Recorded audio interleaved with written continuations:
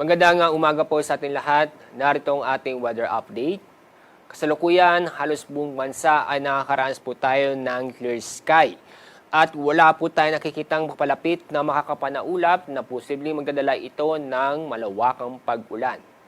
Wala rin po tayong binabantayan o namomonitor na LPA o bagyo sa loob ng ating Philippine Area of Responsibility.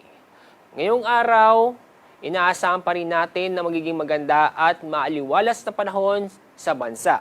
Inaasahan pa rin natin ang malinsangan na panahon, lalo po sa bandang alas 10 ng umaga hanggang alas 5 ng hapon.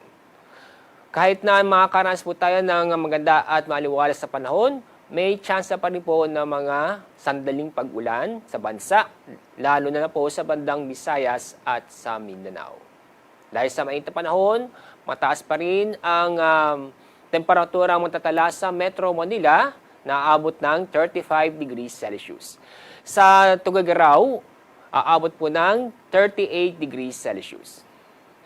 Dako tayo sa ibang bahagi ng ating bansa.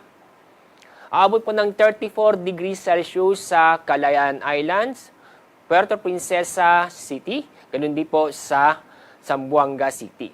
Bahagyang mas mataas pong temperatura sa Metro Davao na abot ng 35 degrees Celsius.